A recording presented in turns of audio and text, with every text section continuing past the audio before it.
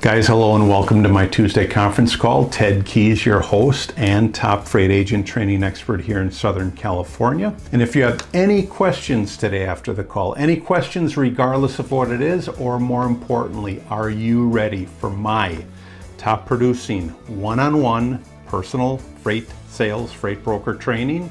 Yes, then give me a call. Ted Keys, I'm at 626-309-9141. Third point you have to do to become dominant in an industry is you have to take action. You have to take action. You actually have to pick up your telephone and make phone calls to the companies that are in that particular industry. And you know, you can go over all of these guidelines that I have in my Freight Sales Success Guide, again available at my website, tedkeysonline.com. But you have to act. You have to call and make call after call after call after call.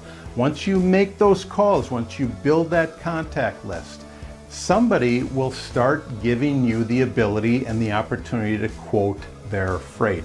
But you have to keep acting. And again, when you hit those roadblocks, don't think that it's easier or better somewhere else. Just keep taking those same actions. Keep picking up the phone, keep calling,